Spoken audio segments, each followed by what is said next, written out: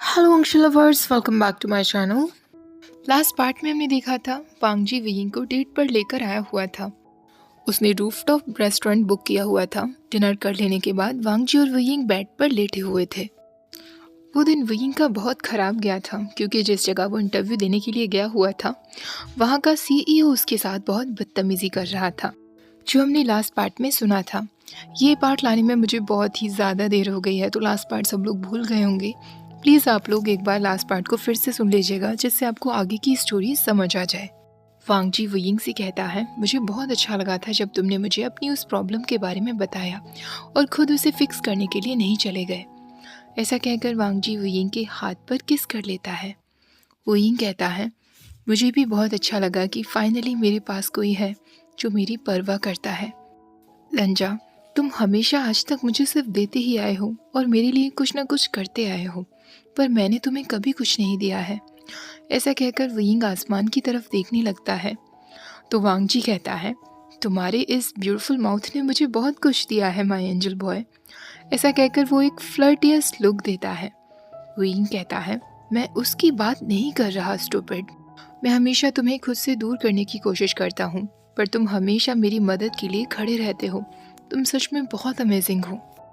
वांग जी ये सुनने के बाद वियिंग को एक सॉफ्ट एक्सप्रेशन के साथ देख रहा था। वो वियिंग से कहता है, तुम मुझे खुद से दूर नहीं करते, हम बस अपने रिश्ते को एक स्टेप बाय स्टेप आगे ले जा रहे हैं ना। वियिंग हंसते हुए कहता है, हम जो एक दूसरे के साथ करते हैं उसे स्टेप बाय स्टेप रिश्ते को आगे ले जाना नहीं कहते। वांग जी अब धीरे धीरे अपना हाथ वियिंग के इनर थाइस पर ले जाते हुए कहता है, मैं जो भी कुछ करता हूँ इसलिए करता हूँ क्योंकि तुम्हें वो अच्छा लगता है। वियिंग कहता है, हाँ ये तो मैं एडमिट करता हूँ, पर एक दिन मैं भी तुम्हें बेड पर बांधने वाला हूँ और उस दिन मैं तुम्हें दिखाऊंगा कि बॉस कौन है। वांग जी फिर मुस्कुराते हुए कहता है, तुम ऑलरेडी बॉस हो माय एंजल बॉय। वियिंग कहता है, मैं हूँ क्या सच में? वांग जी कहता है, हाँ, वो तुम ही हो जो हमेशा डिसाइड करते हो कि मैं कितना आगे तुम्हारे साथ बढ़ सकता हूँ, कितना हार्ड तुम्हारे ऊपर जा सकता हूँ। तुम लिमिट चूज करते हो और हमेशा करते रहोगे। मैं उन लिमिट्स को कभी क्रॉस नहीं करूँगा जो तुम सेट करोगे। ऐसा कहकर वो वियिंग की थाइस पर एक जेंटल स्क्वीज देता है। वियिंग कहता है, ओह रियली, मैंने तो कभी भी इस तरीके से नहीं सोचा था। वांग जी एक बार फिर सॉफ्टली कहता है, मैं ज़रूर टॉप होता हूँ पर तुम हर वक्त मुझे कंट्रोल किए होते हो। ऐसा कहकर वो वियिंग को एक जेंटल किस देता है। वियिंग को वांग जी की इन बातों से प्यार होता जा रहा था। वो खुद को रोक ही नहीं पा रहा था वांग जी के प्यार में पड़ने से। वियिंग उसकी तरफ देखे ही जा रहा था, तभी वांग जी कहता है, क्या तुम मेरे साथ घर चलोगे? वियिंग एक सेकंड भी इंतज़ार नहीं करता और उसे हाँ कह देता है। जैसे ही वांग जी और वियिंग वांग जी के अपार्टमेंट में पहुंचते हैं, वांग जी देखता है कि वहाँ लैन शिचेन ऑलरेडी मौजूद था। वांग जी उसे देखकर कहता है, ब्रदर आप यहाँ क्या कर रहे हैं? शिचेन ने ब्लैक कलर के स्वेट पैंट्स पहने हुए थे। उसकी अपर बॉडी एकदम बेयर थी और वो काउच पर बैठा हुआ था। लैन शिचेन वांग जी से कहता है, वांग जी ये मेरा भी अपार्टमेंट है, क्या तुम भूल गए हो? तभी वियिंग की नज़र अपने भाई जंगछा पर जाती है जो रूम से बाहर आ रहा था। उसके बाल एकदम वेट और कर्ली हो रहे थे और दोनों को देखकर ही लग रहा था कि उन दोनों के बीच का कोई प्राइवेट मोमेंट वियिंग और वांग जी ने इंटरप्ट कर दिया है। जंगछा वियिंग को देखकर एकदम शॉक्ड रह जाता है और अपनी ही जगह खड़े होते हुए कहता है, वियिंग तुम यहाँ क्या कर रहे हो? जंगछा की चेस्ट पर और नेक पर हर जगह लव बाइट्स के निशान थे। वांग जी को भी सब समझ आ रहा था कि शिचेन और जंगछा के बीच क्या चल रहा होगा। वो वियिंग का हाथ पकड़ते हुए कहता है, शायद हमें यहाँ से चलना चाहिए और इन दोनों को अकेले ही छोड़ देना चाहिए। दोनों जैसे ही मुड़ते हैं, वियिंग सुन पा रहा था जंगछा शिचेन से कह रहा था, तुम्हें एटलीस्ट मुझे बताना तो चाहिए था कि वो दोनों यहाँ आ गए हैं। मैं कैसी हालत में बाहर चला आया। और शिचेन जंगछा से कहता है, सॉरी माय लव, मुझसे नाराज़ मत हो, यहाँ मेरे पास आओ। वियिंग के लिए ये सब कुछ सुनना थोड़ा सा ऑकवर्ड था क्योंकि उसने अपने भाई जंगछा को ऐसी हालत में कभी भी नहीं देखा था। वांग जी वियिंग को सीढ़ियों से नीचे की तरफ ले जा रहा था। तभी वियिंग उससे पूछता है, तुम मुझे कहाँ ले जा रहे हो? वांग जी कहता है, मैं तुम्हें अपने गैराज लेकर जा रहा हूँ, तुम्हें कार्स बहुत पसंद है ना? वियिंग हाँ कर देता है वो काफ़ी ज़्यादा एक्साइटेड दिख रहा था। जैसे ही वांग जी वुयिंग को अपने गैराज लेकर आता है, वुयिंग को ऐसा लग रहा था कि उसे एक मिनी हार्ट अटैक ही आ जाएगा, क्योंकि वहाँ बहुत सारी एक्सपेंसिव कार्स खड़ी हुई थी। वांग जी वुयिंग को वहाँ ले जाते ही कह देता है, माय एंजल बॉय, चूज़ करो तुम्हें जो भी कार अच्छी लग रही है, आज हम उसमें ही जाएंगे। वुयिंग का मुंह एकदम खुला का खुला रह गया था। वो अंदर की तरफ आकर सारी कार्स को और सुपर बाइक्स को टच करते हुए कहता है, ओ माय गॉड, ये सब कुछ तुम्हारी हैं। वांग जी कहता है, हाँ, पर सारी मेरी नहीं है, कुछ कार यहाँ ब्रदर की भी हैं। वुयिंग की नज़र सबसे पहले एक ऑडी की तरफ थी। वांग जी उससे कहता है, उसे सिर्फ देखते मत रहो, अंदर बैठो, मुझे पता था कि तुम्हें सबसे पहले यही पसंद आएगी। वुयिंग कहता है, क्या मैं इसे ड्राइव कर सकता हूँ? वांग जी उससे पूछता है, क्या तुम नहीं करना चाहते? वुयिंग कहता है, ऑफ कोर्स मैं करना चाहता हूँ। वुयिंग तुरंत ड्राइविंग सीट पर जाकर बैठ जाता है। वांग जी भी उसके पास बैठता है। वुयिंग ने ड्राइव करना शुरू कर दिया था। ड्राइव करते करते बाहर अंधेरा होना शुरू हो गया था और वुयिंग के फेस से स्माइल जाने का नाम ही नहीं ले रही थी। वुयिंग ड्राइव करते हुए और भी ब्यूटीफुल लग रहा था। वांग जी उसे देखकर कहता है, तुम सच में बहुत ब्यूटीफुल हो एंजल बॉय। पर वुयिंग का ध्यान सिर्फ और सिर्फ कार ड्राइव करने पर था। ऑडी को ड्राइव करना उसके लिए ये अब तक की बेस्ट फीलिंग थी जो उसने एक्सपीरियंस की थी। वो कार को एक हिली एरिया में जाकर रोक देता है जहाँ आसपास समुद्र दिखाई दे रहा था। जैसे ही वो वहाँ पहुँचते हैं, वुयिंग कार रोकते ही कहता है, wow, that was wow, thank you so much लंचा। वांग जी पूछता है, तुम्हें अच्छा लगा? वुयिंग कहता है, अच्छा? सिर्फ अच्छा नहीं लंजा, मुझे बहुत बहुत अच्छा लगा। वांग जी कहता है, मुझे खुशी है कि तुमने ड्राइविंग करना एंजॉय किया, पर तुमने कार इस जगह आकर क्यों रोकी? तुम्हें ये जगह कब मिली? वुयिंग कहता है, एक रात मैं अपनी बेकार सी कार को ड्राइव करते करते यहाँ तक आ गया था। मुझे ये जगह बहुत पसंद आई थी, तब से अक्सर जब भी मैं बुरा फील करता हूँ यहीं पर आ जाता हूँ, इसलिए आज तुम्हें भी यहाँ ले आया। ऐसा कहकर वुयिंग वांग जी के लिप्स पर किस करता है। इस बार ये एक जेंटल किस नहीं था, बल्कि एक पैशनेट किस था, इमोशन से भरा हुआ। वुयिंग का वांग जी को इस जगह पर लाने का मतलब था कि वो वांग जी को हमेशा के लिए अपना बना लेना चाहता था। वो अपना हाथ वांग जी के सिर पर रखता है और उसे एक और हार्ड किस करता है। अब दोनों एक दूसरे के माउथ को टेस्ट कर रहे थे। वुयिंग पूरी तरह उसे चाहने लगा था। ये बात उसे जितनी ज़्यादा एक्साइट कर रही थी, उतनी ही ज़्यादा अंदर से डरा रही थी, पर अब वो खुद को कंट्रोल नहीं कर पा रहा था। उस प्लेजेंट ड्राइव के बाद अगली सुबह वुयिंग की शुरुआत जिम जाने से होती है। वो बहुत ही अच्छे मूड में था। फिर से अपनी पुरानी कार को ड्राइव करना उसे अच्छा तो नहीं लग रहा था, पर वो जिम जाने के लिए वांग जी से ऑडी की डिमांड तो नहीं कर सकता था। जिम से बाहर आने के बाद जैसे ही वो अपनी कार में फ्रंट सीट पर बैठता है और ड्राइव करना शुरू ही करने वाला होता है, अचानक कोई उसकी नेक पर गन रख देता है और पीछे से आवाज़ सुनाई देती है, तुम्हें हमेशा कार ड्राइव करने से पहले चेक करना चाहिए कि कोई बैक सीट पर तो नहीं है, विविशन। वुयिंग जैसे ही पीछे मुड़कर देखता है तो पीछे लूकस बैठा हुआ था। लूकस वही था जिसे वुयिंग ने चकमा दिया था वांग जी के कहने पर। लूकस वुयिंग को देखकर कहता है, तुम उतने भी स्मार्ट नहीं हो जितना मैंने सोचा था। उस दिन तो तुम बहुत स्मार्टनेस दिखा रहे थे।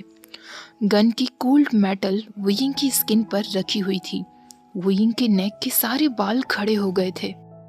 वुयिंग अपने हाथ ऊपर कर लेता है। वो मौका देखते ही कार का दरवाज़ा खोलने ही वाला होता है, तभी लूकस कहता है, हिलने की कोशिश भी मत करना, वरना मैं यहीं की यहीं तुम्हारा सिर उड़ा दूंगा। वुयिंग अपनी सीट पर बैठा ही रह जाता है। लूकस अब हार्शली उससे पूछता है, मुझे सच सच बताओ, तुम किसके लिए काम करते हो? ये क्वेश्चन सुनते ही वुयिंग के दिमाग में वांग जी के वर्ड्स चल रहे थे। वांग जी ने उससे कहा था, तुम किसी को भी कभी इस बारे में नहीं बताओगे। वुयिंग लूकस से कॉन्फिडेंटली कहता है, मैं किसी और के लिए काम नहीं करता, मैं सिर्फ अपने लिए काम करता हूँ। लूकस उसकी नेक से गन हटा लेता है। एक सेकंड के लिए वुयिंग को लगा था कि लूकस ने उसकी बात का विश्वास कर लिया, पर इस बार लूकस उसके चीक्स को पकड़ लेता है और एक हाथ से ही उसका फेस अपनी तरफ टर्न कर लेता है और इस बार गन पॉइंट वुयिंग के माथे पर रखा हुआ था। उस गन से एक बुलेट बस निकलती और वुयिंग की मौत वहीं की वहीं हो जाती। ल्यूकस अब टाइटली उसका फेस पकड़ते हुए कहता है, मेरे साथ क्यूट प्ले करने की कोशिश मत करो वेविशन। उस दिन तुम्हारा बहुत ड्रामा देख लिया। मुझे अभी के अभी बताओ तुम किसके लिए काम करते हो। वुयिंग अभी भी एकदम शांत बैठा था। ल्यूकस इस बार फिर से गुस्से में कहता है, मैं फिर से तुमसे नहीं पूछूंगा तुम किसके लिए काम करते हो। वुयिंग एक बार फिर उससे कह देता है, मैंने कहा ना मैं अपने लिए काम करता हूँ। ल्यूकस इस बार गुस्से में गन तो वुयिंग की नेक से हटा लेता है, लेकिन इस बार वो गन की जगह अपने लिप्स वुयिंग की नेक पर रफली प्लेस कर देता है। वुयिंग को एकदम डिस्गस्टेड फील हो रहा था। वुयिंग उससे कहता है, मुझसे दूर हटो, पर ल्यूकस इतना ज़्यादा स्ट्रांग था कि वुयिंग उसे नहीं हटा पा रहा था। वुयिंग दरवाजे के हैंडल तक अपना हाथ ले जाता है और उसे खोलने की कोशिश करता है। तभी ल्यूकस कहता है, तुमने दरवाजे को खोला और मैं तुम्हें जान से मार दूंगा। तुम्हें क्या लगा था इस तरह मेरे पास आकर मुझे बेवकूफ़ बनाकर मेरे सामान को चुराकर तुम बच जाओगे वेवुशन? मुझे अभी के अभी बताओ कि तुम किसके साथ मिले हुए हो। ल्यूकस इससे पहले कि कुछ और कहता, उसका फ़ोन रिंग करने लगता है। वो अपने पॉकेट से अपना फ़ोन निकालता है। गन की डायरेक्शन अभी भी वुयिंग के फोरहेड की तरफ थी। वो फ़ोन पर बात करते हुए कहता है, यस बॉस, मैंने उसे पकड़ लिया है। क्या मैं उसे आपके पास लेकर आऊँ जिससे आप उसे क्वेश्चनिंग कर सको, या फिर मैं उसे यहीं जान से मार दूँ। ये सुनने के बाद वुयिंग मन में सोच रहा था, शिट, इस बार मैं सच में मुसीबत में पड़ चुका हूँ। या तो मुझे सच बोलना होगा या मुझे यहीं जान से मार दिया जाएगा। वुयिंग के दिमाग में अभी भी वांग जी के वर्ड्स चल रहे थे। वो खुद से कह रहा था, अगर लंजा यहाँ होता तो वो मुझे सच बोलने के लिए कहता ना। ल्यूकस जिससे बात कर रहा था वो पर्सन उससे कहता है, उसे अभी के अभी पकड़ो और तब तक टॉर्चर करो जब तक वो सच ना बोल दे। हमें जानना होगा कि आखिरकार वो किसके लिए काम कर रहा है। उस पर्सन की आवाज़ को सुनकर वुयिंग की बॉडी एकदम ठंडी पड़ गई थी, क्योंकि ये आवाज़ और कोई नहीं बल्कि उसके खुद के फादर की थी। उसके और जंगछा के फादर, जिनके खिलाफ काफ़ी सारे केसेस दर्ज थे। उस जानी पहचानी आवाज़ को सुनकर वुयिंग कहता है, डैड। फ़ोन पर जो पर्सन था वो वुयिंग की आवाज़ सुनने के बाद उतना ही सरप्राइज्ड हो चुका था जितना कि वुयिंग खुद था। वो पर्सन कहता है, विविशन, तुम वहाँ क्या कर रहे हो। वुयिंग को अब कन्फर्म्ड हो चुका था कि उसके फादर ही हैं, पर ऐसा कैसे हो सकता था क्योंकि वो तो जेल में बंद थे। क्या जंगछा को पता होगा कि जेल में बंद होने के बाद भी डैड ये सब कर रहे हैं। फ़ोन से वुयिंग के फादर कहते हैं, उसे अकेला छोड़ दो ल्यूकस, और फिर से उसे कभी भी परेशान मत करना। वुयिंग फ़ोन पर कहता है, मुझे जैसे ही मौका मिलता है मैं आपसे मिलने के लिए आऊँगा डैड, हमें बात करने की ज़रूरत है। ल्यूकस भी अपनी गन लेकर कार से बाहर निकल गया था। वुयिंग की बॉडी फाइनली रिलैक्स हो गई थी, पर वुयिंग को अब समझ नहीं आ रहा था कि उसे क्या करना चाहिए। इसका मतलब वांग जी और उसके डैड एक दूसरे के अगेंस्ट खड़े हैं।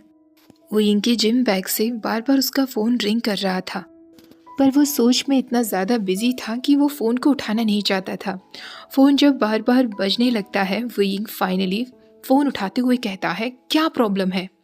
उसकी आवाज़ काफ़ी इरिटेटेड साउंड कर रही थी। ये नंबर एक प्राइवेट नंबर था। वुयिंग की इरिटेटेड आवाज़ सुनकर दूसरी तरफ से आवाज़ आती है, आउच। ये आवाज़ वुयिंग तुरंत पहचान जाता है। ये लंजा की आवाज़ थी जो काफ़ी हर्ट साउंड कर रही थी।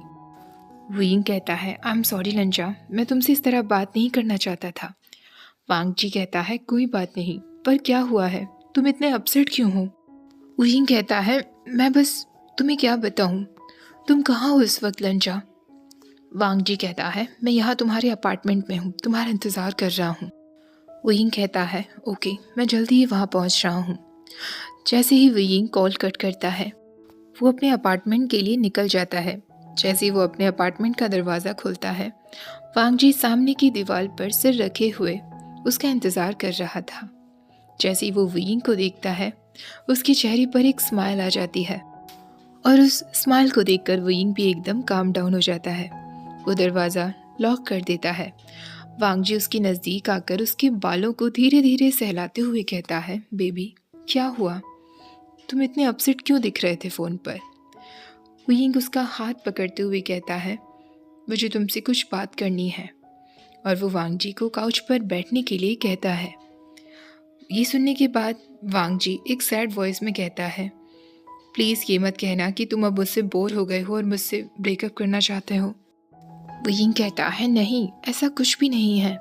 क्या तुम प्लीज़ मुझे बताओगे कि ल्यूकस के बॉस का नाम क्या है? वांग जी पहले तो उसे कन्फ्यूज़न में देखता है, पर फिर उसे बता देता है, फैंग म्यान है, उसका सरनेम तो मुझे नहीं पता। वियिंग पूछता है, क्या तुम दोनों राइवल्स हो? वांग जी कहता है, हम लोग सालों से राइवल्स रहे हैं एंजल बॉय। क्या तुम अब प्लीज़ मुझे बताओगे कि तुम ये सब क्यों पूछ रहे हो? वियिंग कहता है, क्योंकि ल्यूकस के बॉस का फुल नेम जांग फेंग म्यान है, जो मेरे और जेंगशा के फादर हैं। जिसे सुनने के बाद वांग जी वियिंग को अब सस्पिशियस नज़रों से देखने लगता है। ओके गाइस, आज का पार्ट यहीं ख़त्म करते हैं। वीडियो लाने में इसलिए लेट हुआ क्योंकि आप सभी को पता ही है मेरी नई नई शादी हुई है, तो मुझे अपनी न्यू फैमिली को थोड़ा टाइम देना था, इसलिए मैं वीडियो नहीं बना पा रही थी। फाइनली मुझे मौका मिला और मैंने न्यू वीडियो बना दी है, और अब मैं कोशिश करूँगी कि मैं डेली वीडियो बना सकूँ। आई होप आप लोगों को आज का पार्ट अच्छा लगा होगा। आप लोग अगर मुझसे पर्सनली कनेक्टेड रहना चाहो तो मुझे मेरे इंस्टाग्राम या मेरे यूट्यूब व्लॉगिंग चैनल पर फॉलो कर सकते हो। व्लॉगिंग चैनल पर मैंने कुछ डाला नहीं है क्योंकि अभी मैं सेटअप करने में थोड़ा सा मुझे टाइम लग रहा है, पर एक बार जैसे ही सब कुछ सेटअप हो जाएगा तो मैं धीरे धीरे यूट्यूब पर अपनी पर्सनल वीडियोस भी लाना शुरू करूँगी। तो आप लोग अगर इंटरेस्टेड हो तो आप मुझे वहाँ भी फॉलो कर सकते हो। इंस्टाग्राम और यूट्यूब दोनों के ही लिंक आपको डिस्क्रिप्शन बॉक्स में मिल जाएंगे। आज का वीडियो पसंद आया है तो प्लीज़ वीडियो को लाइक, शेयर और चैनल को सब्सक्राइब करना मत भूलिएगा। Thank you for watching. Bye bye.